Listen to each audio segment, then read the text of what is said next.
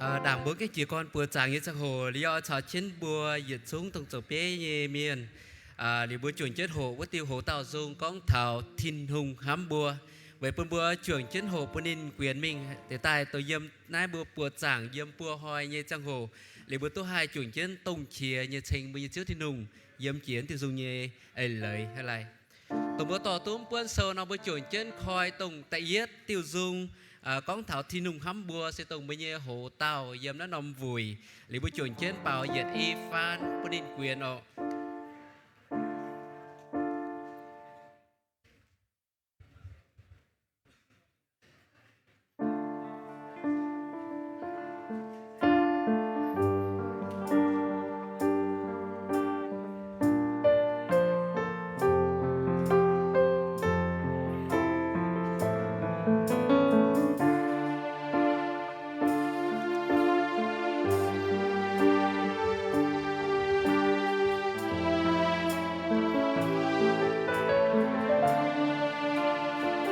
bữa chuyển trên bảo diều diều thiên hương hám bùa xin xía đến đồ tòn vầy diêu bùa thùng là bùa chiều phai nhẹ hoa kinh nhiều chốn khu phiên bùa biển coi nhiều ôi chọc nhiều xây chiều chiều ba thố sinh linh nhảy cha thênh buồn nhiều chiều Giêsu ngày tháng thấy buồn xin xia đến mang tay vầy nhiều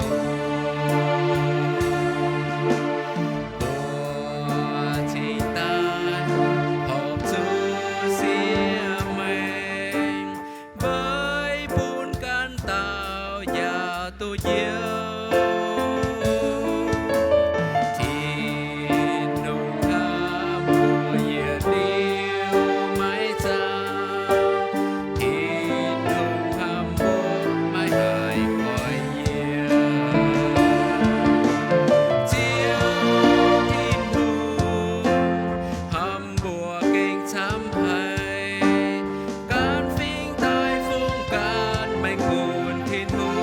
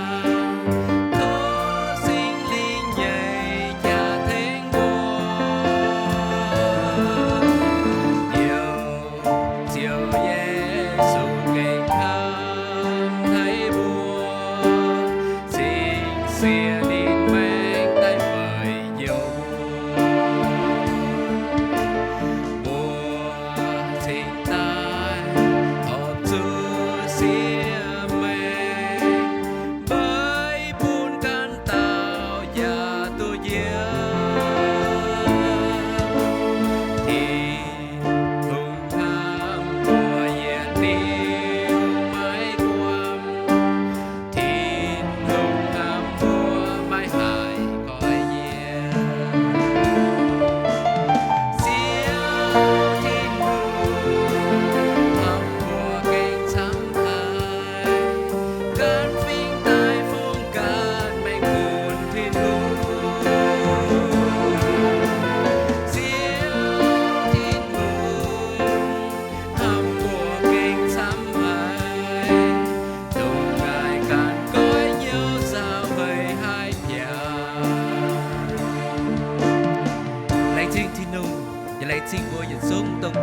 bầu xin con bữa tối chuyển cho nó bảo y tiêu y dồn tiêu dung kinh tổng thảo bây giờ hiếu thiên hùng hám bùa tổng bây giờ hồ tao nhê dung lấy trình chiếu thiên hùng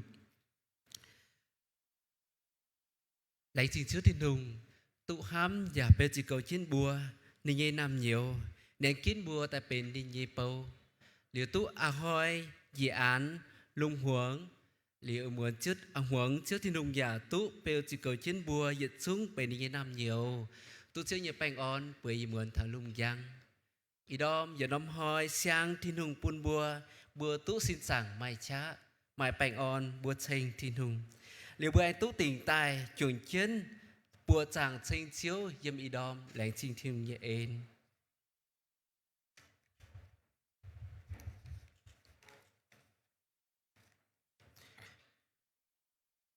đảng mất cái bùa chàng như trang hồ như ỏi bộ mình thảo tông ý đom bùa chàng như cháu xây yếm ta pham nó bùa chàng bây giờ bùa chàng yếm ý đom xây tông mai bảo dung chênh chiếu tại nhẹ tàu cáo chỉ con phòng chan phên phên xanh ta pham bảo dung chênh chiếu yết xuống liều bồn tông vỡ phên xanh nguyên hữu mạc chun tổ yếm ý đom liều tàu cáo ấy chiếu như vả xe chiếu chiếm ên phên xanh liều bùa hít khuẩn pha chụp buôn liều bịa hít khuẩn liều bùa bịa lên bài tông tại anh mai sang lăng công tông yếm bùa chuồng yết chuồng thế này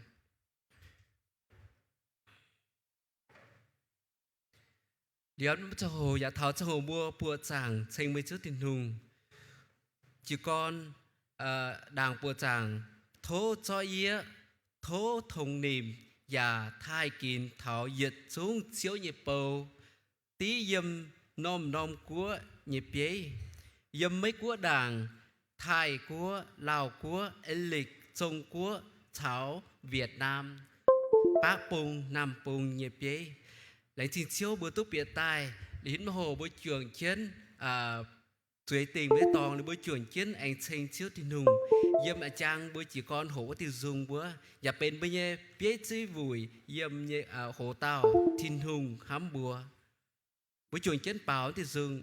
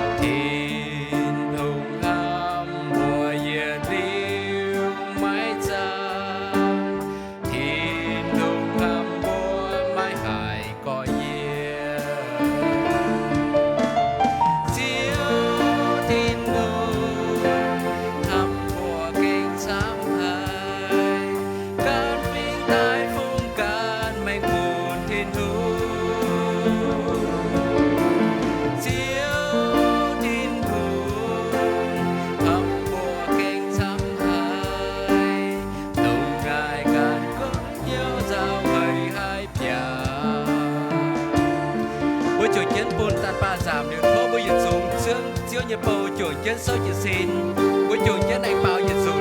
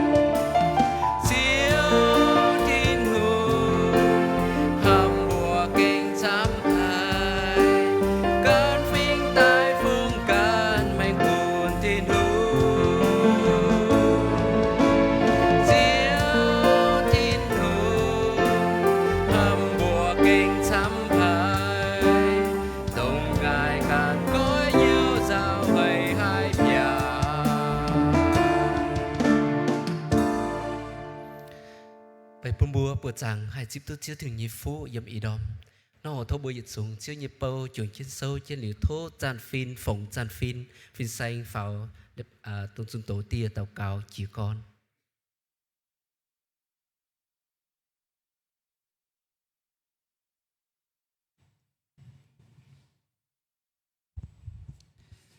thô bơi dịch xuống bùa chuyển trên bùa tàu cao chiếu gì bùa trên gì bùa dịch điều chàng chiến nhẹ lùng chàng tìa chiếu tin hùng y bùa kính lạnh chinh hay chiếu tỏi trên bùi bùa dịch xuống bùi bùa chuẩn phía bùi bùa tu tài cặp xuống tỏi bùi bùa chuẩn chiến ăn hoi y bùa chuẩn chiến mai bùa chàng về phụ số chiếu ai mai chuẩn chiến chàng làng công kia tài lạnh chinh chiếu bèo cầu y bùa dịch xuống chiếu nhịp bầu bùi bùa bèn on như bùa dòm dịch muốn kia tài thảo lùng giang ý đôi bùa anh chuẩn chiến tàu gang duẩn tài yếm chiếu như sinh tin yếm chiếu như giảm hiên bùi bùa chuẩn chiến họ phim tổng ấy chuẩn chiến nó về trình chiếu về thải chiếu nôm chàng hồ như bữa kia con bùa chàng phụ số chiếu thô chiếu như sinh linh to cửu bang miền cố biên phủ báo to ý bùi đom chuẩn chiến nó bùa chàng về phụ số chiếu tin hùng thô chiếu thành kia dịch xuống tông bỏ tàn pa lo dỗ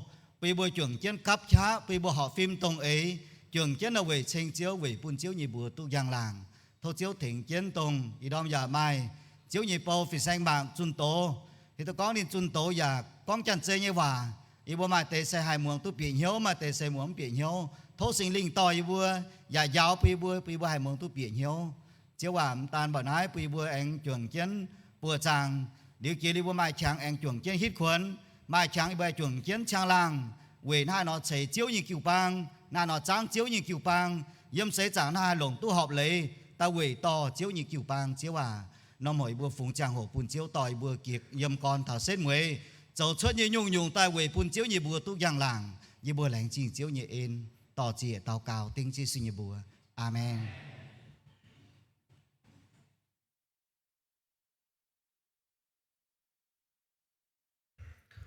thô bơi dịch xuống chiếu như bầu chuyển chiến rồi gì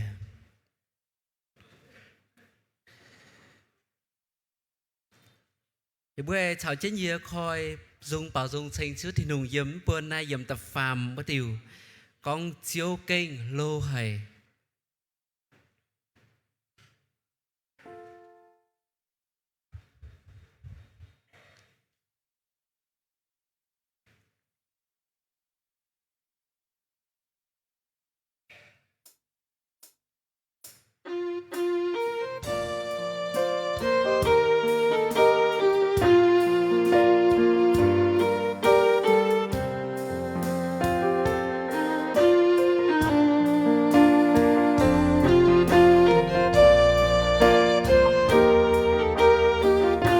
bữa chủ nhân bảo giờ thì để buôn tập bảo giảm để về bảo tập phàm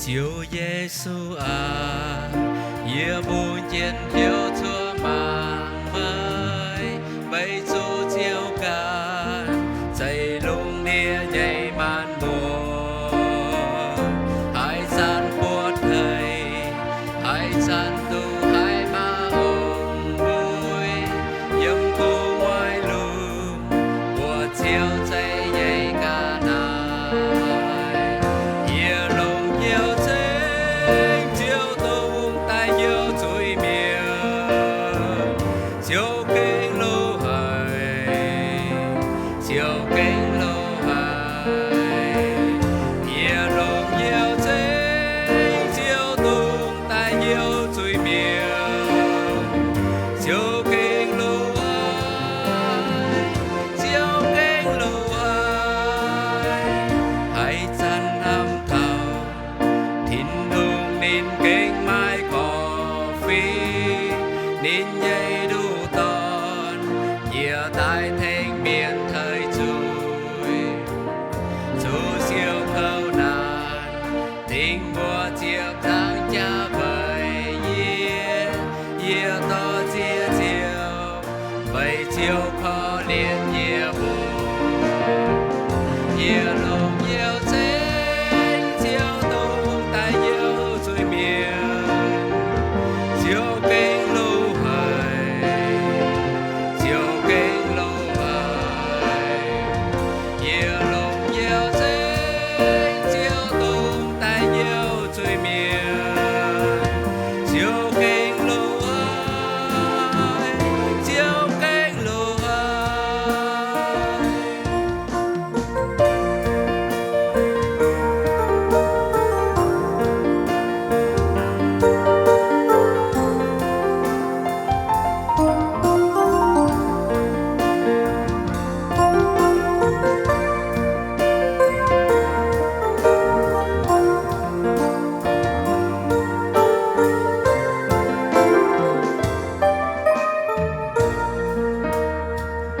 chiều tai nhây hồi mây giật bụi hay buông lùng mi nín tai to yeah ruột mình yếm bùa thìn to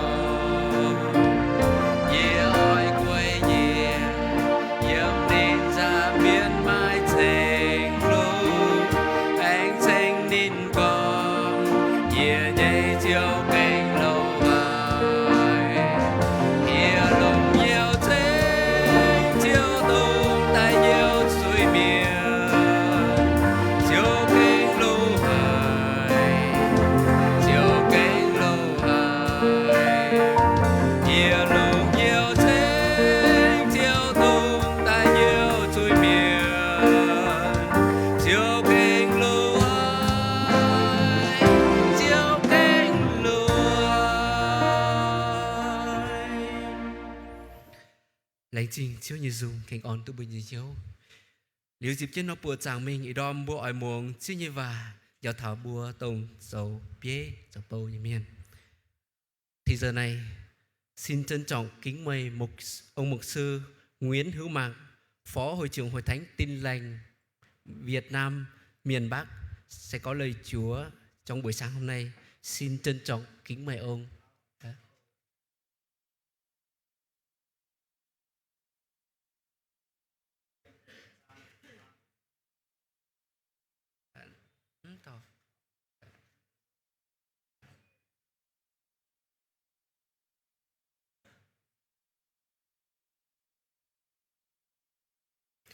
thốt suy để đóm tụ hải phiền bữa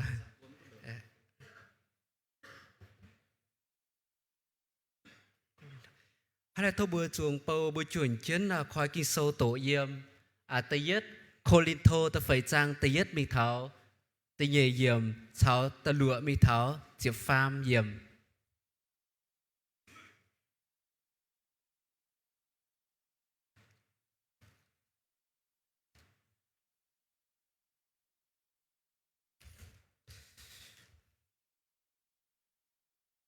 yếm tây yết Corinto ta phải trang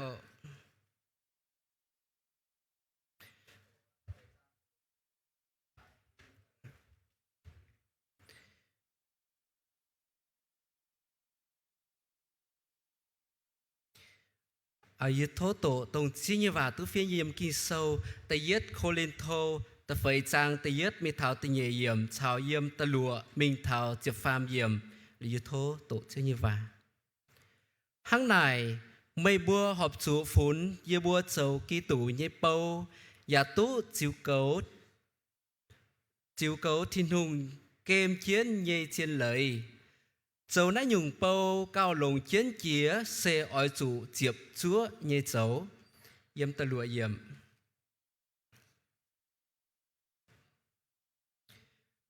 có yếu con liều nãy tệ dịch xuống gì yết gió tai bấy yết gan cháo Apollo vậy châu nhung chế bùn mây bùa hiếu tú mái tung chia đằng kinh sâu như và hăng này mây bùa chiều mái châu máu thầy nãy tàu mằng phía búa tàu hai tàu bùn mây châu cao lô căn táo mây mai hai nhung mây mai hai nhung mái dậy mây chip tái với nhung sẽ có mây chip tai mây vậy hai tiểu bùng và màu háng mái dậy chip tai nó mây bùa nhung nhung mai roi rình ọ mây bùa bút roi rình á ọ mây bùa can tú châu hung hăng ọ yê bùa mái tú châu phải tú mây bùa cha kênh châu hung yê bùa chiều tú chào chiến mây bùa châu yê hám tai thiên hung bồn yê bùa công châu yêm gà há chía háng trụ tình chui tông chuông tài nhê miền nó vậy bồn yết chúng phìn miên cháo ba miên màng á dẻo vậy ký tù yê bùa châu miên hùng miên bà mây bùa cháo ký tù chuồng mảnh chiang chiều mai trông mình á ọ yê bùa mau bà mây bùa hến ọ yê bùa chủ miên mảng phía bà miên thai mây bùa ọ tháo y chản yê bùa hiếu xìa chăng gát yê bùa chủ lùi hầu hú yê bùa chủ miên bó và mãi mai tình xếp tổng yê bùa lùng can yê bùa châu công khấu vầy dũng can yê mảnh chủ miên chiếu yê bùa buông và nín bùa chủ miên châu tổ yê bùa tía chiến chủ miên cóng và hú yê bùa cóng lùng bùn nín bùa tháo y chản yê bùa châu ba miên nhê là pháp cha và châu bàm kên nhê cái nái tiền. Thì giờ này xin trân trọng kính mời ông mục sư Nguyễn Hữu Mạc, Phó Hội trưởng Hội Thánh Tin Lành Việt Nam miền Bắc sẽ lên ban giảng ban phát lời của Chúa.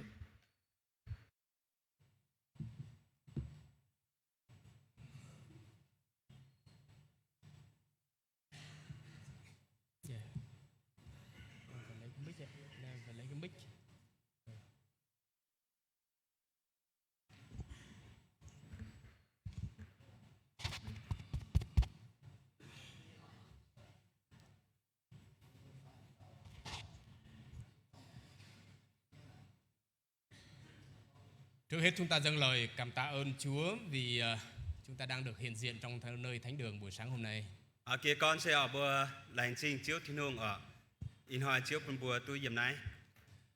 Đây là một cái chương trình hội đồng rất là đặc biệt cho các quý tôi con của Chúa là những người giao. Nó sẽ ở bên với kênh tú ở lồng chiến như thiên hương pun nom vùi bùa ta ở bùa lịch chiến như pun bùa dùm miền dìm này. Chúng ta lại được đón tiếp các vị lãnh đạo của Hội Thánh Người Dao từ Hoa Kỳ, từ Thái Lan cũng như là một số các nước khác có mặt ở đây. Bữa giờ tu chip yếm mấy của nhé cho phía như miền phải ở yếm vớt thay tể nhé cho phía như miền chào chia năm của nhé cho phía miền yếm này. Đặc biệt là buổi sáng hôm nay thì chúng ta cũng thấy sự hiện diện của mục sư hội trưởng Hội Thánh Tin Lành Người Dao tại Hoa Kỳ, rồi ông hội trưởng Người Dao ở tại Thái Lan cũng tới dự chúng ta. Bữa giờ tu anh thấy nhé yếm vớt mấy của nhé như miền tung hiếu phía chào yếm thay tể nhé như miền tung hiếu nhé phía yếm này.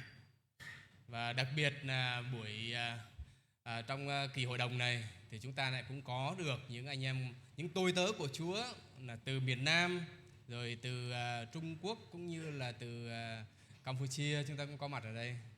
Bây giờ tú ở bữa thảo trước nghe bao ở yếm thảo đĩa ở Nam Pung phải yếm ở với Tôm Chiêu ở Trung Quốc quá yếm này. Với chủ đề trong cái kỳ hội đồng này mà ban tổ chức chúng ta đã nêu ra, đó là tình yêu của Đức Chúa Trời. Ở yếm tông bùa nó nằm vùi như hồ tàu sẽ có thảo chiếu thiên hùng nhiên hám. Và hai câu kinh thánh rất là căn bản cho chúng ta là những người hầu việc Chúa. Đó là một câu kinh thánh ở trong Răng chương 3 câu 16. Tông nó để ý yếm kinh sâu ở bùn bùa tự nhất tông bùa bùa thảo sẽ yếm Yohan sâu tập phàm sang ở chịp lùa yếm. Câu kinh thánh này thì nói về cái tình yêu của Đức Chúa Trời đối với nhân loại. Nó yếm kinh sâu bùn bùa ở bùa thảo chiếu thiên hùng nhiên hám ở bùn thảo bùa ba miền. Rồi câu kinh thánh trong Timôthê thứ 2 chương 2 câu 15 ở đây đó là nói về cái trách nhiệm của chúng ta những người hầu việc Chúa. Nếu bây giờ tú bùa thảo tên nhị Timôthê sâu tên nhị trang chìm yếm ở bùa thảo bùa tàu tàu công miền nhê công buồn.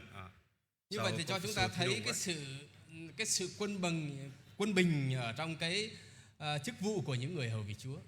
Thế này bùa hai ở mảng thảo tông bùa phụ sù thiên hùng phải bùa hai bùn gọi tông bùa lan miền lan nhê miền phụ sù thiên hùng nhật công quá.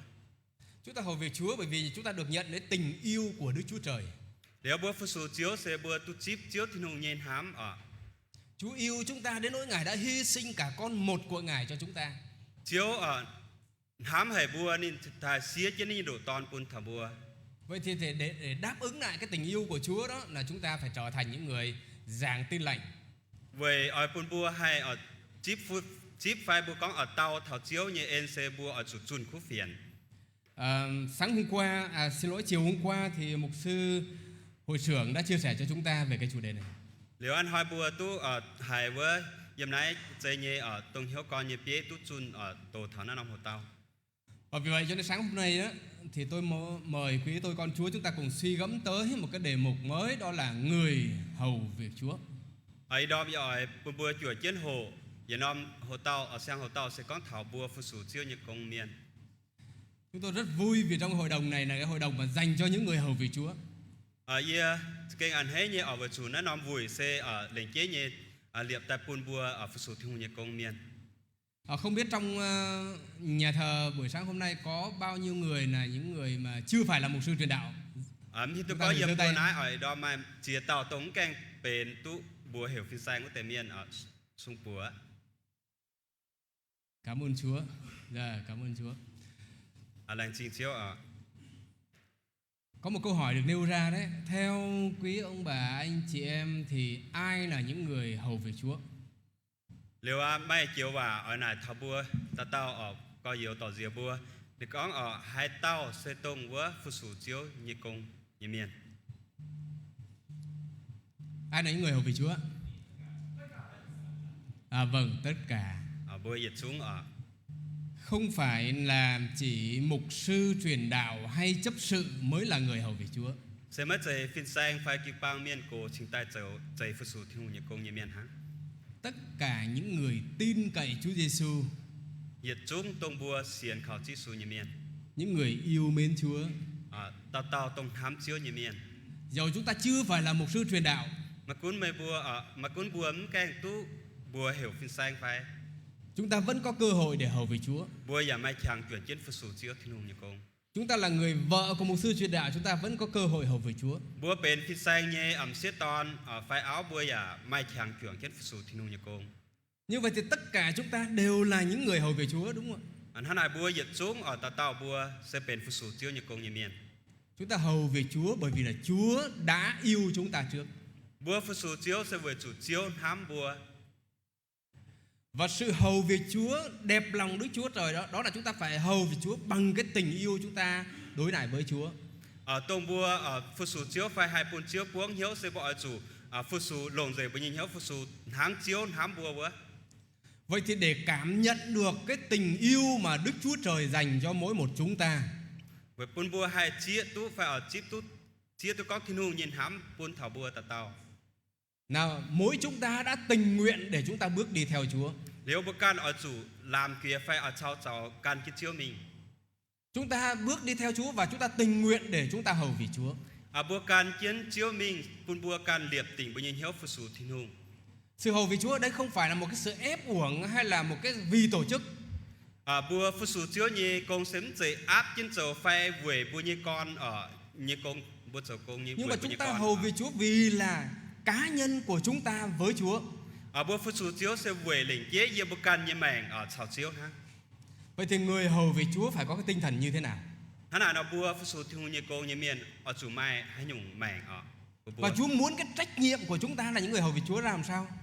Liều chiếu ở pun bùa ta tao như công buồn là nó hay nó ở. Lời của Chúa trong thơ Cô-rinh-tô mà chúng ta học sáng hôm nay, Liều chiếu như vậy yếm Cô-rinh-tô ở đó một tú hộ yếm này. Chúa sẽ chỉ dẫn cho chúng ta một số điều. Ở chiếu pun bùa ở hiếu tú. Trước hết tôi mời quý tôi tớ của Chúa chúng ta cùng đọc chung với nhau câu Kinh Thánh này. Ở trong Roma chương 12 câu 11. Hắn này là do ở bùa ta tao ở chiếu như bùa chủ chiến tổ nó yếm kinh sâu yếm Roma sâu chùm nhảy trang sẽ biết yếm. Đấy, chúng ta nghe bằng tiếng Dao rồi bây giờ chúng ta đọc bằng tiếng Kinh ha. Rồi xin mời chúng ta cùng khởi sự. Hãy siêng năng mà chớ làm biếng, phải có lòng sốt sắng, phải hầu việc Chúa. Lời của Chúa ở đây cho chúng ta biết là gì? Chúng ta người hầu việc Chúa là phải siêng năng. Ở chiếu như vậy yếm nói có ở hệ bùa ở chủ chiến phụ sự chiếu. Phải sốt sắng. Ở chủ chom hiếu. Không có là lúc nóng lúc lạnh. Mất gì ở Việt Tông vẫn làm như hiếu ở chom làm quá. Không phải vui thì làm mà buồn thì thôi. Mất gì có hát giản bùa ví dụ ăn hết nó bùa dầu nó tông hát giản buông chủ yêu rau phai ở như là bùa quảng. Một cái sự cảnh báo đây là gì? Người hầu vì Chúa không được lười biếng.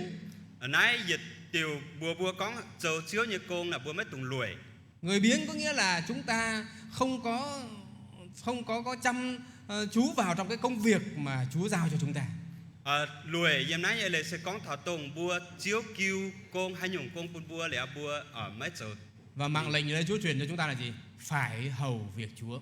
Liệu chiếu như lình cứu bùa sẽ hiểu bộ ỏi chủ phụ sự chiếu. Đây là không phải lời của tôi. Nãy xếm gì như vậy. Cũng không phải là lời của Phaolô. Dạ mất gì Paulo như vậy. Nhưng đây là lời của Chúa. Nãy sẽ chiếu như vậy. Phải hầu việc Chúa. Ỏi chủ phụ sự chiếu. Tôi và quý ông bà anh chị em chúng ta, Cháu mới bùa dịch xuống ở cái 31 tuổi. chúng ta phải khẳng định rằng chúng ta còn sống bao lâu thì chúng ta sẽ hầu việc Chúa bấy lâu. Bùa hám ta ở bùa chàng yếm nãy sẽ chàng đồng hài lao bùa ở chủ há bùa nó phụ sự chiếu đủ bùa lao. Vậy người hầu việc Chúa cần phải có tinh thần như thế nào? Nếu tông bùa phụ sự chiếu như công ở sen hả này. Điều thứ nhất chúng ta xem ở đây đó là cái tinh thần của người hầu việc Chúa. Thứ nhất sẽ bùa mảng thảo ở tông bùa ở với phụ sự chiếu như công miền nhìn hiếu quá ở. Người hầu việc Chúa trước hết phải có một cái tinh thần khiêm nhường hạ mình. Tông bùa như ở phụ sự chiếu lồng kiến kia tông thứ nhất sẽ bùa chủ mai chắt can phải nhiệm can trở phải nhìn hiếu mảng. Khi đọc ở trong Philip chương 2 đó, chúng ta thấy là một cái tấm gương trọn vẹn của Chúa Giêsu. Nếu bùa tông bùa tổ yếm Philip hai sau tay nhẹ trang nó bùa quật thảo ở tông bùa. Một người hầu việc Đức Chúa Trời. Tông gì tao phụ sự thiêu như công miền. Ngài cũng chính là Đức Chúa Trời. Nên Chúa Giêsu sẽ tông thiên hùng. Ngài có cả quyền phép trên trời và dưới đất. Nên ở mai lình yếm cung ngoài thiên tông xảo yếm nái bàm kên. Nhưng khi đến thế gian này, Bà nên thảo nái bàm kên như Chúa chồng. bày tỏ một tấm gương như một người đầy tớ. Nên biểu mênh ở nên nhé nhủng chế buôn hăng dịp bền như tập bầu nó. Cho nên Chúa kêu gọi những người hầu về Chúa trước hết chúng ta phải có một cái tinh thần khiêm nhường. Hắn là chiếu hiểu bùa ta tao ở thiên hùng như công miền sẽ bỏ chủ mai chắt can phải nhiệm can trở phải nhìn hiếu. Trong khi Phaolô viết thư cho hội thánh tại Cô-rinh-tô, tông Paulo ở phía phiền pun Corinto kỳ bang như chàng hồ Hội thánh lúc đó đang có nan đề. vớt dàn ở yếm Corinto kỳ bang mai xì Cái sự chia rẽ xảy ra trong hội thánh là bởi vì có những con người kiêu ngạo, yếm của nhúa kỳ bang pun gọi như cháu sẽ vượt chủ yếm kỳ bang của nhúa mai miền thành hồ như mày tự tôn mình lên, lẽ là bùa bờ là bùa căn pháo không có tôn trọng người khác, lẽ là bùa ở máy thai căn tàu dẫn đến sự tranh cãi. lẽ cho pun là bùa mai ở phiêu danh như cháu Và Chúa dùng Phaolô để viết thư này. lẽ chiếu lồng Paulo phía nãy trái phiền Cho nên ông kêu gọi anh em là hãy coi chúng tôi như là đầy tớ của Đấng Christ.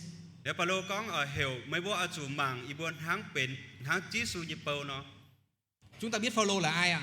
vì tôi Paulo sẽ hạ táo Trước khi tin Chúa, Phaolô là một trong những người quan quyền của La Mã. tông ở đến cái xiên chí su vất giản Paulo sẽ bền nhiệt tao bền dầu chiên như miền yếm ở Roma cùng Ông còn được trao cho cái quyền thế là đi bắt bớ những người theo Chúa Giêsu. nếu nên tú lình mình chó dấu tổ xiên chí su như miền Cái người mà bây giờ dám bắt người khác cho vào tù được thì người đó có quyền, đúng không ạ? tông với nên tú lình mình chó miền bìa lô táp lô là nên sẽ bền mai lình như miền Nhưng Phaolô đã được thay đổi bà Paulo nên tú có hiền khi gặp Chúa Giêsu. nên buông liều chí su Và bây giờ ông nói rằng hãy coi chúng tôi như là đầy tớ của Đấng Christ. để cho nên có hiểu mấy bố ở chủ phun y buôn háng chí su như bầu nó Người hầu việc Chúa trước hết chúng ta phải là những người đã được gặp Chúa Giêsu. bùa phật số thiêu như công miền ở xe bùa lồng kiến như bố ở chủ tông bùa tú buông kỳ chiếu như miền Đời sống chúng ta phải được thay đổi. bùa như mày ở chủ có hiền Chúa lắn đúc chúng ta nên theo cách của Chúa chứ không phải theo con người cũ của chúng ta. ở bùa ở chủ ấy kiến chiếu như ấy xém giờ ấy bùa như ở nó lô phiêm phình phải bùa như lô mày như cháu Có những người theo Chúa nhưng mà đời sống họ không thay đổi. mai chám miền như ở xiên chiếu bà để bùa như mày mới tú thiếu hiền Đời sống cũ của họ như thế nào họ đem nguyên như vậy vào trong hội thánh. nếu là bùa như lô mày nó hài nó là bùa giả to chiến với nó lô mày bìa thảo kỳ bang tai Cho nên thay vì gây dựng hội thánh thì họ gây sự trong hội thánh. chiên ấy chiếu họp chủ xe là bùa tai thảo kỳ bang nó chủ xây liệp kỳ bang Nhưng Phaolô đã được thay đổi. Phaolô là người đến với Chúa và đã được thay đổi. hắn lại bùa của Paulo nên ở tai thảo nó nên Một con người tai có hiền như mày một con người kiêu ngạo, một con người hung bạo mà bây giờ trở thành một con người khiêm nhường trước mặt Chúa.นี่เป็นเหยียดต้อเมียนเชียวยี่เมียนเป็นเชิงโฮยี่เมียนไปอีจันนี่มาจัดการเหยียดแต่เหยียบจะไฟยี่เมียน Rồi tinh thần của người hầu về Chúa nữa là gì?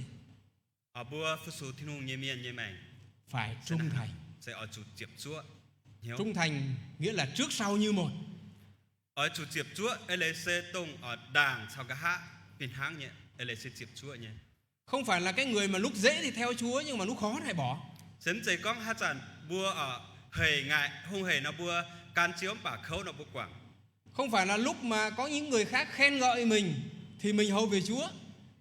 ใจก้องตรงเมียนเชงบัวเนี่ยจะโหนะบัวฟุสุที่นุ่ง Đến lúc mà có những người khác mà chê ba hai cái thì mình bỏ chức vụ. เดี๋ยวถ้าจะโหมาแต่จะโหจูเมียนขี้ไฟตานบัวเหลียวบัวกว่างเสียอยู่กง Không phải là lúc mà mình có mọi cái sự dễ dàng thì mình hầu về Chúa, nhưng mà đến khi mà gặp khó khăn cái là mình đi tìm việc khác. ใจก้องฮะจันตัวบัวปวงไงเนี่ยจะโหนะบัวฟุสุที่นุ่งป่าตัวบัวปวงเขานะบัวมีหลอกกันอยู่กงเนี่ย Đó là những người không trung thành. นายเซตงเจ็บจั่วยี่เมียน Người trung thành với Chúa là người theo Chúa đến cuối cùng. เจ็บจั่วยี่เมียนเซการเกียนเจียวมิงเท่านี้เนี่ยเซโจม Bởi vì họ tin cậy ở nơi Chúa. เมื่อจูนินเสียนเขาเจียว Những sự khó khăn, ตรงเขาเนี่ยเจ้า những sự thiếu thốn, ตรงไม้ไม้เกาหลงเนี่ย thậm chí có những lúc bị bắt bớ. แล้วมาแต่เจ้าโหอย่าจู่หอยเวยเสียนที่สุนี่เจ้า Nhưng đó chỉ là những sự thử thách thôi, นายเตเซเป็นเซเฮียวนี่สิ không phải chịu mãi mãi. ไม่ใจเหยียดหลิว Nhưng mà nếu cái người trung thành với Chúa, บาสก้องตรงเจ็บจั่วเฮียวยี่เมียน Chúa cho họ vượt qua. เชียวปูนในบัวไฮเกลียตัวมิงตรงนั้นแต่เซเฮียวนี่สิ Cho nên trước hết cái người hầu về Chúa chúng ta phải xác định là chúng ta phải có một cái tinh thần đó là như một đầy tớ. ท่านนายบัวสิตาก้องตรงบัวฟุสุที่นุ่งเนี่ยเมียนบัวจู่เป็นหางเหยียดตะเปาเนาะ Người đầy tớ thì làm bất cứ công việc gì không phải theo ý của mình, nhưng mà tìm cách để làm đẹp ý người chủ. เจ้าเปายี่เมียนเซมใจเจ้าเอ้ยในการยิงเหี้ยวเจ้าเยี่ยมป่านเนี่ยเจ้าเอ้ยตรงนี้ยิงเจียวเนี่ยเอ้ยนะ Chúng ta hầu về Chúa thì chúng ta phải tìm cách chúng ta làm đẹp lòng Chúa. ตรงบัวฟุสุที่นุ่งเนี่ยกองเมียนบัวจู่รอนะให้nóเจ้าตู้หอบ Người khác có khen hay là chê chúng ta không quan trọng. มันก็เมียนตานไฟเชงบัวnóไม่หลงเจียน Nhất là chúng ta biết rằng cái người hầu về Chúa thì ma quỷ lại càng tấn công nhiều. thì bây giờ tôi con bố số thiên hùng nhé ở miền nó Satan nên ở lồng chia nhung cho ấy nhé ở sấy bùa Nó gây cho chúng ta hiểu lầm nhau. nên cho bùn bùa bìa hiếu tòng lan bìa hiếu tòng lan Thậm chí nhiều khi chính những người hầu về Chúa là chúng ta cũng không tin tưởng nhau. nếu mà để chẳng hồ bùa chuộng chết số thiên hùng nhé công miền bùa lan cùng hiếu lan Mà ma quỷ ngày hôm nay nó gây nên cái sự chia rẽ trong hội thánh, là nó phá hoại hội thánh lớn nhất. nếu ý chán hỏi ở bố quật Satan nên lồng nó nhung cho ấy cho bùn kịp bằng bùn gọi ở Nhưng để giữ gìn sự hiệp một trong hội thánh, sẽ có bùa ở bùn bùa kịp bằng mai họ phim tông ấy như xin nhau Chúa cho chúng ta một cái tinh thần của một tôi tớ. nếu thô chiếu bùn bùa tạt tàu ở mai giờ nom phim phim phàm nom hiếu bên chắc cần hăng thì tập bầu nó Chúa mới là chủ cuộc đời của chúng ta chứ không phải là chính mình. chiếu lồng bùa nhé mảng số thiên Và chúng ta phải là người trung thành với Chúa. thế này bùa ở chủ bên diệp chúa như miền chào chiếu Dù khó khăn không bỏ cuộc. mà cuốn khấu bây giờ máy quàng Chúng ta cũng không phải là bây giờ chúng ta trung thành mà Chúa giao cho chúng ta cái bầy chiên đó. Dầu bầy chiên nó là lớn hay là nhỏ, nhưng mà chúng ta biết đó là bầy chiên của Chúa. ở bùa thì tôi có tông bùa diệp chúa như miền sinh cuốn chiếu kêu cuốn bùa là quan bậc kỳ dùng trổ phải chắp bùa giờ thì tôi có là bên chiếu như bậc kỳ dùng Trong một bầy chiên thì cũng có những con chiên ngoan ngoãn, nhưng mà cũng có con chiên nó lại không ngoan ngoãn. yếm là tê bậc kỳ dùng quan của nhựa là mai tê dùng là bên muồng con như dùng mai tê là muồng con như dùng Nhiều khi con chiên nó xông vào nó húc cả cái người chủ chăn nữa. mai tê giang hồ là tê bậc kỳ dùng hay mình ở điểm phải ở mình chèo thảo ở tông cầu bậc dùng như miền kiểu bậc kỳ dùng như miền Nhưng mà người chăn hiền lành thì vẫn không có bỏ những con chiên đó. thế này tông với ở xuân hiếu như cầu bậc kỳ dùng miền là nên quảng là tê bậc kỳ dùng Trong hội thánh có nhiều thành phần tín đồ. yếm của nhựa kỳ bang là mai chám nhện thế này Người chăn chiên chúng ta sẵn sàng phải chịu đựng. thế này bùa ở tông cầu bậc kỳ dùng như miền bùa ở chủ bền giang hiếu ở phụ sủ Đó cũng là một trong những cái trách nhiệm của người hầu việc Chúa. lại xe bùa tạt tao ở bùa như công quần phải ở bùa phụ sủ thiên hùng như công quần Vậy thì cái trách nhiệm của người hầu việc Chúa là gì? thế này bùa ở phụ sủ thiên hùng như công quần Trước hết là phải làm theo lẽ thật. thứ nhất xe bùa ở chủ dầu ấy kiến chiến lệ Ngày hôm nay người ta thích làm theo đám đông hơn là làm theo lẽ thật. ý chán hỏi mà miền chám như ở dầu ấy kiến miền chám như lệ bám ấy chiến lệ Họ muốn làm cái gì mà được nhiều người khác ca ngợi. nếu là bùa ở dầu chám nhung ta về buôn miền bài bùa phải ở chen như cháu Chúng ta thấy là một trong những cái tà giáo ngày hôm nay ấy, là họ muốn giảng những cái gì mà thích nhiều người khác theo. nếu ý chán bùa hít tôi mà chám mà trả lời ở xuất tài là bùa ở buôn tông buôn miền ở như cháu phải ở can như cháu này Họ bảo bây giờ nó là tin Chúa là chỉ cầu nguyện một lần là chắc chắn sẽ được vào thiên đàng rồi. để là bùa có ít chán nó bùa xiên chiếu nó bùa tà cao đủ dùn ha bùa túp dùn thiên tòng mẹ Sau đó thì muốn sống làm sao để sống vẫn sẽ được vào thiên đàng. nếu cái há bùa ở chiang nó hay giả chiang nó bùa giả túp biệt thiên tòng Uống rượu, uống bia, hộp tiêu phải hộp bia đánh cờ, đánh bạc, một cuốn bùa đấu chín sống một đời sống trác táng bùa chiang bùa như mảnh ấy chứ bùa như ấy phải mà tưởng rằng vẫn được vào thiên đàng. thế này bùa giả túp biệt thiên tòng Và rất nhiều bạn trẻ theo. nếu mà chám miền lùn miền Bởi vì thích quá, vâng. oi hay Vừa được thiên đàng anh tú minh thiên tòng mà ở trần gian này vừa được thoải mái. để ở dân hát bam kênh giả túp bùng gọi nhé Thoải mái theo xác thịt của mình. để túp bùng gọi yếm là bùa như oxin như cháu Nhưng mà đó là điều sai trạch. này xếp bên tòng Không phải lẽ thật của Chúa. mấy trời chiên mấy trời chiếu như chiên lệ Không phải là chỉ người trẻ theo đâu, mấy trời khu miền lùn miền can hăng mà nhiều người già cũng theo. mai miền chám miền của miền giả can nhé Mà thậm chí có những người đang hầu với Chúa rồi cũng bỏ cái chính giáo mà đi theo cái đó. mà tề bùa tông mà tề giả phụ sủ kiến theo như công miền giả miền can nhé Nó suy nghĩ rằng ô bây giờ tin Chúa cầu nguyện tin Chúa một lần giống như là mình đã nhận được một cái vé máy bay rồi thì sớm hay muộn gì cũng vẫn được lên máy bay. nếu là bùa có ở bùa xiên chiếu sen bên hám bùa tu chip với mình sẽ đại nhập hiểu nó ở tại phải diếu tăng bây giờ tu biệt sẽ đại Không, đó là sai lầm. bùa tu có này tòng Con người chúng ta còn đang sống ở trên trần gian này. bùa ở yếm này bùa chọn chiang trên ái bam kê như chiang hồ Con người vẫn có khả năng phạm tội. bùa bam miền ở bam chuối hay bam chuối Cho nên chúng ta phải xét lòng mình mỗi ngày. thế này bùa ở chủ cha phải ở cha bậc can hoi như cha bậc can Chúng ta phải ăn năn với Chúa mỗi ngày. để bùa chủ hoi như nhiệm chuối chọn chiếu Chúa chỉ tha tội khi nào chúng ta thật lòng ăn năn. chiếu không quảng chuối tông mây kinh chiệp chúa như nhiệm chuối Còn nếu chúng ta phạm tội mà không ăn năn thì không có một cái của lễ nào để tha thứ được. sẽ có mấy bám chuối mấy bây tôi có bữa bám chuối nó mà hay nhung hai quảng tôi bây giờ chuối cho liều mấy chịp chuối nhiệm chuối phun chiếu. Cho nên chúng ta giảng lời Chúa không phải giảng theo cái ý thích của những người khác. Hắn này nó bua chun tổ như cho hồ xếm dây chun về ỏi bún miền ăn hết ỏi muồng như cháu hăng. Vài giảng theo lẽ thật. Bộ chủ chun can kiến chiến lấy. Câu Kinh Thánh chúng ta thấy bên cạnh đây. Yếm kinh sơ ở bộ bật. Lấy lòng ngay thẳng. Lấy lòng ngay thẳng mà giảng dạy lời của lẽ thật. Bộ chủ lồng ở bộ như chịp chúa như hiếu ở chun chiếu như ở và tôi bộ bật ở. Thế nào là lòng ngay thẳng? Buôn hai nó có thảo có buôn lồng hiếu ấy chả như hoàn có lồng ở chịp chúa hiếu phải ở lồng dài. Nếu chúng ta đọc cái phần đoạn Kinh Thánh này mà nói đến tội lỗi mà sợ là bây giờ giảng đến tội lỗi thì này đụng chạm vào một vài người trong hội thánh. Còn hắn này ở bữa mà tế có hắn này tổ liếm tàu kia sâu bượt có thọt chui nó cái gì chun lẽ hai tổng thảo phải rồi tránh không dám giảng nữa. Và sợ đụng chạm cho nên không dám giảng nữa. Nó bữa hai bữa kia sâu có thọt chui như cháu nó bữa chỉ cái diếm chun mẹ. Hay là có một số người mà mình quý mến ở trong hội thánh thì muốn dùng Kinh Thánh để mà vuốt ve, để mà gọi là gì, là tâng bốc cái người đó. Liệu bữa có nhiều yếm kí bang mà tế miền ở bữa có phùi tút thai nó bữa chỉ lò kí sâu như và bên lỗ như con về ỏi phun của tế miền. Đó không phải là tấm lòng ngay thẳng. Này xém dày chiệp chúa nhìn hiếu phán dày lồng chiệp chúa nhìn hiếu. Ngay thẳng là Chúa dạy tôi điều gì. Bữa lồng ở chiệp chúa hiếu chun ở chiếu như khu phía sẽ ở chủ. Tôi sẽ giảng theo cái điều Chúa dạy. Ở chủ con phải chun tông chiếu bùa yên chun nhé. Con người có tiếp nhận hay là không tiếp nhận. Cuốn miền chip phải chip. Con người có vui hay buồn nhưng mà điều đó đến từ Chúa. Cuốn miền tông hải là miền giàu phải ở gần nhiều bùa thì tôi có là tề yếm chiếu tai. Phải lấy lòng ngay thẳng. Bùa chủ lồng chiệp chúa nhìn hiếu chủ. Không được phép bẻ cong lời của Chúa lên. Bùa mất tu lời áo chiếu như vả ngào mình. Cho nên cái trách nhiệm thứ nhất của người hầu việc Chúa. Hắn lại tông bùa ở số chiếu như công biển ở công buồn tông hô kia sẽ phải làm theo lẽ thật. Sẽ ở chủ ấy trên lấy. Lẽ thật thì 1 triệu năm vẫn là lẽ thật. Trên lấy sinh cuốn mình chiết chiếu nhang và bên trên lấy. Nhiều khi con người ta chỉ sống theo cái lẽ phải. Nếu bùa mà tế bùa khủng chàng ấy chết tông chảy như cháu ha. Lẽ phải có nghĩa là gì? Chảy ở tàu có chủ như cháu. Không phải là lẽ thật.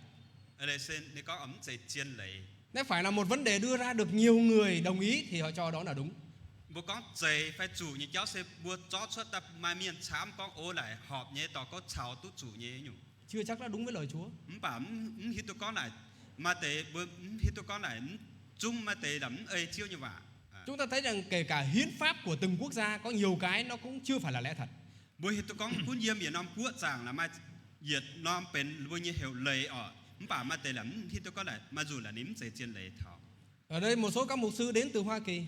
Diêm nói ở bố buộc với diêm mà khám ta phi sai diêm ở mấy quốc tài. Chúng ta biết là hiến pháp của Hoa Kỳ. Diêm ở mấy quốc như ở lệ. Cũng có những nơi mà có thể đồng ý cho phá thai. Nếu mà tệ tòng nó là bố vậy. Ở diêm mấy quốc như lệ mà tệ tòng là bố hai pun cùng hóa quảng nhé. Ủng hộ cho đồng tính luyến ái. Pun xía lốm xía phán lốm chàng. Rồi ở Việt Nam chúng ta cũng có một số những cái điều khoản tương tự như vậy. Điều bùa chật dây quốc giả mai xăm tiêu thế này nó. Nhưng mà đó không phải là lẽ thật. Bà này xếm dây trên lấy. Không đúng với lời của Chúa. Mấy ấy trên chiêu như vậy. Cho nên chúng ta phải làm theo lẽ thật. Tháng này bùa ở chủ ấy trên lấy cháu. Hiến pháp là phải thay đổi. Tông lấy như cháu sẽ ở chủ tú thiếu diện ở chủ có diện. Nhưng lời Chúa không bao giờ thay đổi. Bà chiêu như vậy nó mới hay có diện. Nếu chúng ta chỉ làm theo cái những gì của con người đó thì sẽ phải thay đổi. Sẽ có bùa châu ấy chứ bùa ba mình như cháu nó bùa hay có diện tu nhé. Nhưng làm theo lời của Đức Chúa Trời. Bà bùa châu ấy thì như vậy nó không bao giờ thay đổi. Mới hay gì liều mới hay có diện. Vì đó là cái trách nhiệm của chúng ta. Ở này sẽ tung ở chiếu của bùa tung với can chiến lấy. Rồi không được kiêu ngạo. Liệu mấy tung ở xanh hô. Người hầu việc Chúa là không được kiêu ngạo. Bùa phụ sư thiên hùng như miền mấy tung xanh hô. Chúng ta hiểu cái chữ kiêu ngạo nghĩa là gì? Bởi tôi có ở xanh hô đã sẽ ở mai hay nhung ấy lấy. Có nghĩa là tự tôn mình lên. Kiêu ngạo có nghĩa là tự tôn mình lên, tranh lô sẽ ở lại sẽ bố can bồ bố can pháo tự cho mình là quan trọng hơn người khác. liếp phun bua bén cao lồng chiến can tàu Kiêu ngạo là suy nghĩ là những người khác thì thiếu kém. liều tông tranh lô như cháu sẽ bua buôn hám ở bên nhân hám có can tàu là cao hiu bua Rồi so sánh mình với người này người kia, liều bua cho bua can bị bế chào nái tàu bế chào bua tàu đó là kiêu ngạo. này sẽ tông tranh lô như mày Mình so sánh người này với người khác ấy. liều bua to nái tàu chào bua tàu bế Đó là dấu hiệu của lòng ganh tị. là sẽ bên Việt Nam ở tàu có chẳng hồ phát biểu mình xuất bữa mai với mai với hay như cái này bên với bữa có hiểu danh buông của nhung vả với ở bên danh như cháu và ở Thầy gì có đúng không đây? Đúng rồi. ganh tị tức là giống như đang giải thích này. Rồi. Tôi tin. 10 chia ở 10 chia Tin là gì đúng không? bên bữa 10 chia như cháu ở Cái sự so sánh đó là một trong những cái dấu hiệu ở dẫn tung đến cái vấn đề sự ganh tị. ở bữa hiện tôi con ở tung với bữa cho nái cho bữa bế là sẽ bên bữa mai 10 chia như mày Có những người thấy Chúa ban phước cho những người khác thì lại sinh ra lòng ganh tị. liều bữa buồn ở mà dùn chiếu như phút dịa thảo tàu nó mà chăm dùn nó ở bữa ba miền như thế là bữa mai 10 chia Rồi từ cái lòng ganh tị lại dẫn đến cái sự nghi ngờ. liều tông diêm bữa 10 chia như thế chiều chiều bún bữa nhé tòng Rồi có những người khác thì thấy anh em của mình bị hoạn nạn, bị bệnh tật.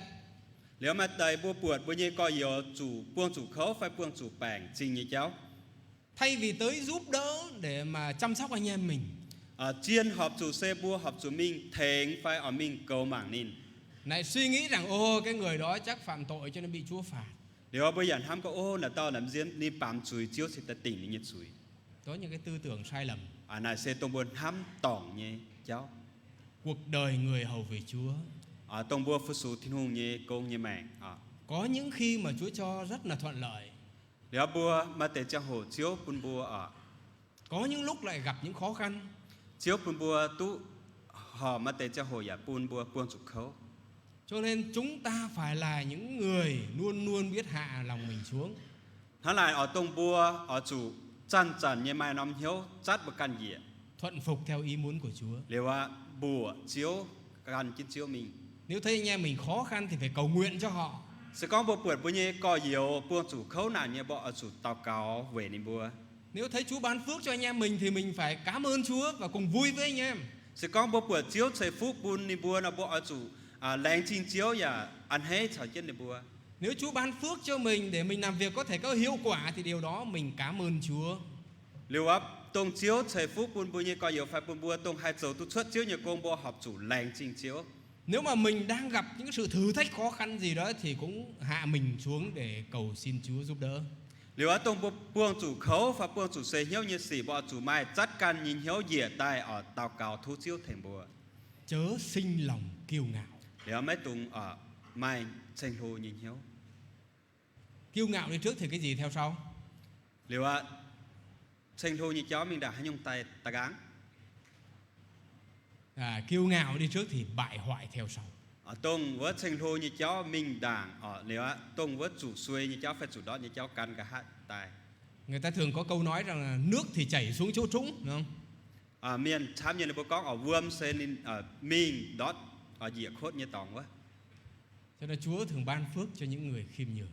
liều chiếu xây phụ buồn tông hạt tàu chắt căn dĩa như miền Đó là cái trách nhiệm của người hầu việc Chúa. này xe tông bua phụ số thiên hùng như công phải ở bộ con quần Vậy thì người hầu việc Chúa sẽ đem lại kết quả gì? thế này nó phụ số thiên hùng như ở công nó bua hay chỗ phải chẳng biếu như cháu sẽ hay nhung Xin kỹ thuật bật lại dùng cho cái slide.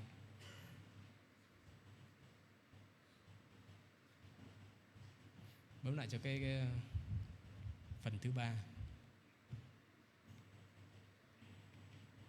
Rồi. Kết quả cho người hầu về Chúa. tông như tao ở tông với phụ số chiếu như công miền như ở chẳng như biếu phải ở Như vậy người hầu vì Chúa trước hết chúng ta phải có một cái tinh thần khiêm Điều nhường. hắn là nó tung ở cầu chiến kia xe bua phụ sự theo như công miền ở chỗ mai chắc can phải nhập can sập phải như cháu Không được kiêu ngạo. mấy tung sinh hồ Và trách nhiệm của những người hầu vì Chúa rất là nặng nề. lẽ tung bua ở phụ sự chiếu như công như miền Chúng ta phải làm theo lẽ thật. nếu bỏ chủ ấy chiến chiến lấy chầu Và chúng ta phải trung thành. bỏ chủ chịp chúa như hiếu Và sẽ dẫn đến cái kết quả. nếu chiều hay tò minh thảo trang biểu nhỉ Chúng ta gieo ra những cái sự tích cực thì sẽ gặt hái sự tích cực. nếu bua hà xuất tung lồng như cháu nó bua chiều siêu tú lồng như cháu Người hầu vì Chúa muốn gặt hái những cái kết quả tốt đẹp tích cực thì chúng ta phải luôn luôn suy nghĩ đến cái sự tích cực. nếu bua ở hai tao phụ sự theo như công miền bỏ ở siêu tú lồng như biểu nó bỏ ở chủ hà xuất tung lồng như Nếu chúng ta không suy nghĩ đến những điều tích cực thì cái sự tiêu cực nó sẽ vào trong đầu chúng ta. sẽ có bùa mấy hám thảo lồng như cháu nó chịu mai vải như cháu bịa thảo bao nhiêu gón tài Và cái hậu quả thì nó sẽ ra những cái tiêu cực. liệu ở tông là tề tông vớt xuất ta nhịp béo nó nên chịu bền vải ở nhịp béo Ở trên miền núi là chúng ta hay trồng cây đúng không? ở yếm bùa kia bông giảng là bùa chuồng điáng Có khi nào mà chúng ta trồng cây cam chua mà nó ra quả ngọt không? bùa mà tao có bùa chuồng bùa piêu xui nó tú ké bùa piêu cam như phải Muốn ăn cam ngọt thì phải trồng cam ngọt đúng không? sẽ có bọ nhà cam trái cam nó bọ chủ chuồng tông cam trái cam nhỉ Thế thì ngay từ khi chúng ta suy nghĩ để ở tông yếm bùa ở những gón hám như chẳng hộ đến hành động, thảo bao nhiêu bùa trầu như công quá ở người hầu về Chúa chúng ta phải luôn luôn nhờ cái ơn của Chúa. lẽ tông bùa phụ sự theo như công miền bùa ở chủ chăn chăn như bằng khảo chiếu như en Người Thụy Điển thì thường có một cái câu phương ngôn như thế này: yếm thủy điển nên ở bùa mai chiều vạn hai con gieo một cái ý tưởng nếu bùa hà yên nhung hám như cháu sẽ gặt hái một hành động, để là bùa chiều tú siêu tông yếm là bùa như bùa trầu xuất nhỉ gieo ra cái hành động là bùa hà xuất mình tông vỡ lục bùa trầu nhỉ sẽ gặt một thói quen, để là bùa chiều siêu tú tông trầu quyền như buồn công mà làm theo thói quen để là bùa trầu ấy chứ là bùa như ấy phải sẽ gặt hái một tính lết, để là bùa chiều siêu tú mà có một cái tính lết hay là một cái bản tính ấy, thì sẽ gặt hái cái hậu quả. bùa con bùa như hiếu phải phiêm vì như cháu là tông bùa lồng phải chiếu là tên là bùa ấy bùa thả xuất Vậy thì người hầu vì Chúa chúng ta ngay bắt đầu từ suy nghĩ, chúng ta cũng phải suy nghĩ theo cái hướng tích cực.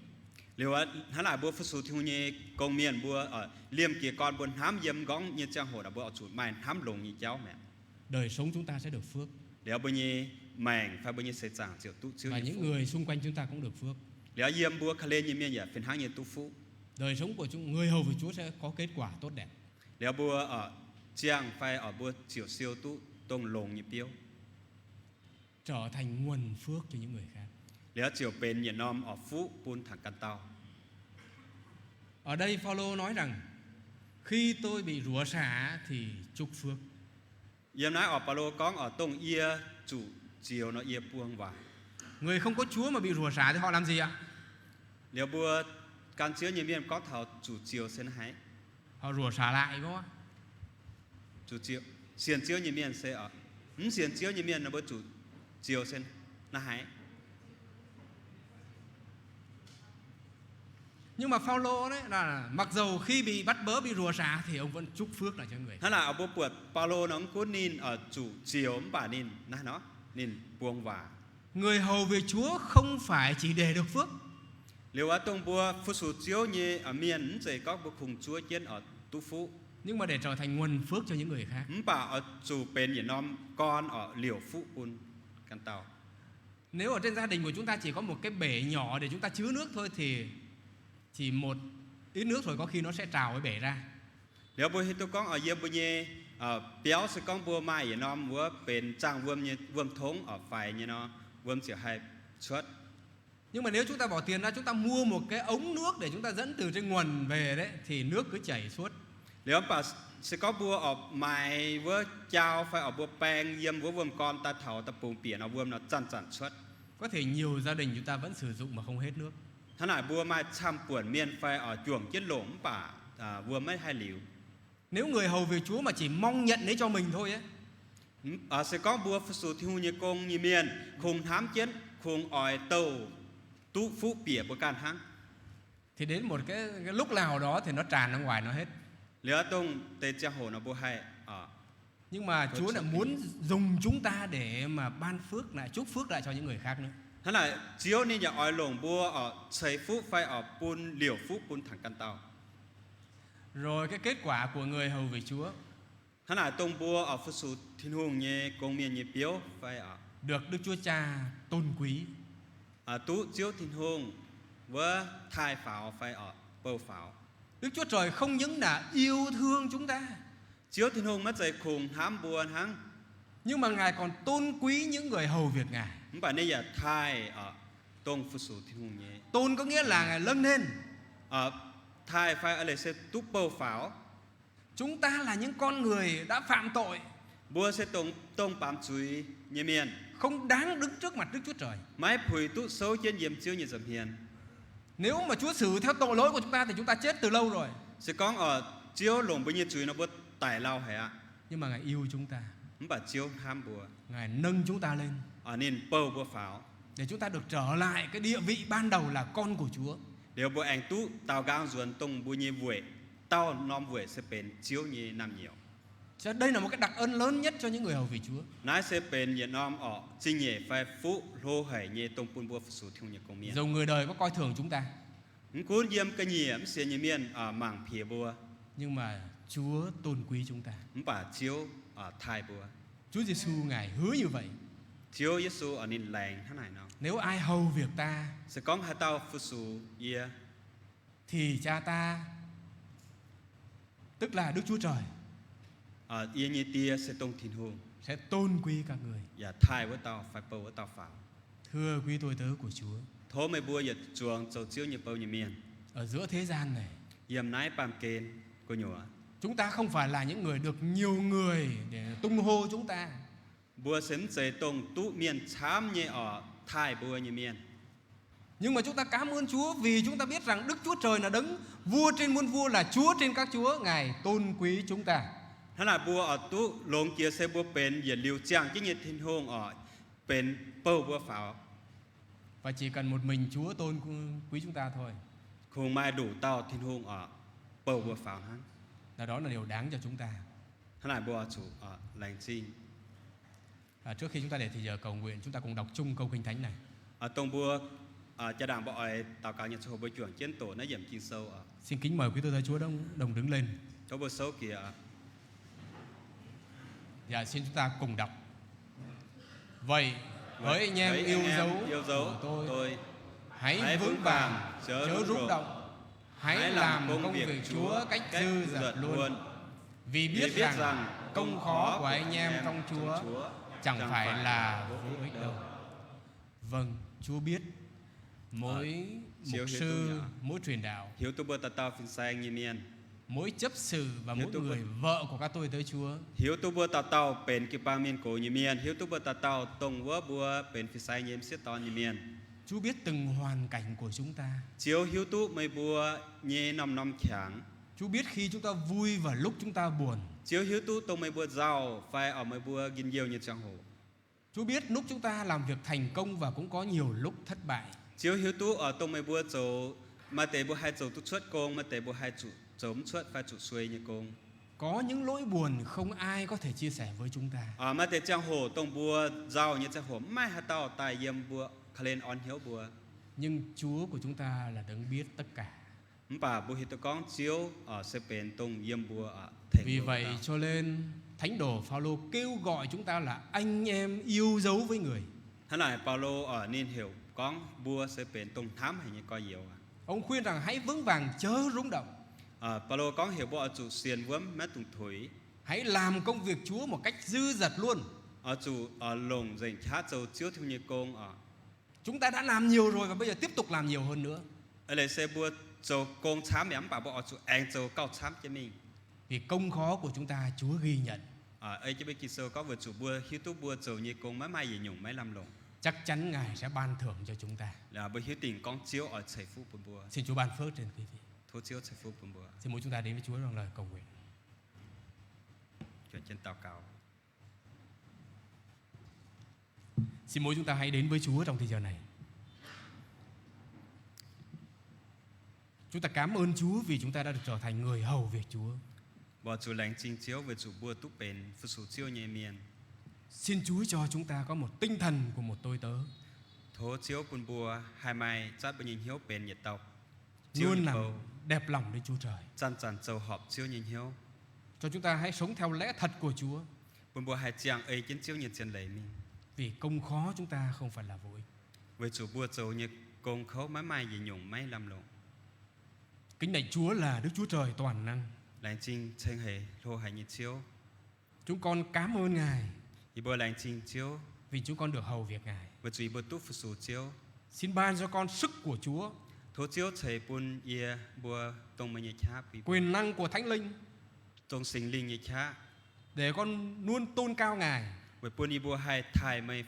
luôn hầu việc Chúa Bùn ý bùa chăn chăn nhiệt phụ chủ chiếu. cho đến ngày Chúa trở lại. Thảo chí su dần tài. Vì công khó của chúng con trong Chúa Với chủ ý bùa châu nhiệt nhu nhung công yếm chiếu. không phải là vô ích. Mái mai gì nhung máy làm lộn. Con cảm ơn Chúa và thành Ý kính bùa cầu lãnh nguyện trình chiếu. Tạ cáo. trong danh Chúa Giêsu Christ. Tên chí su như bùa. Amen. Amen. Yeah. Kính mời chúng ta an tọa. Tốt bật suy chị.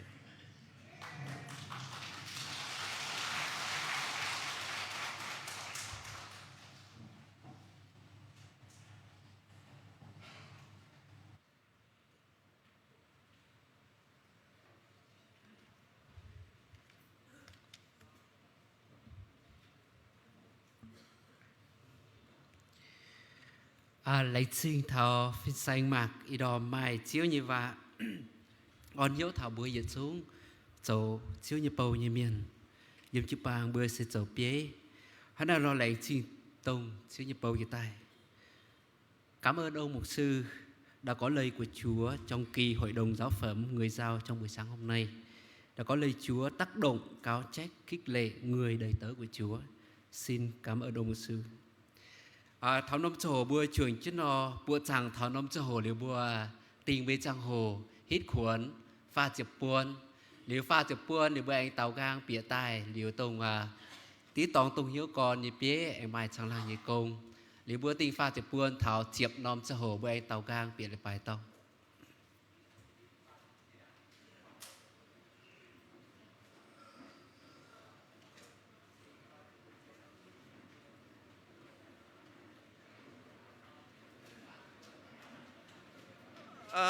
Chế thảo chiệp nòm ổ bùa tiền và chiệp buôn lửa tăng hay vừa chuẩn vừa nào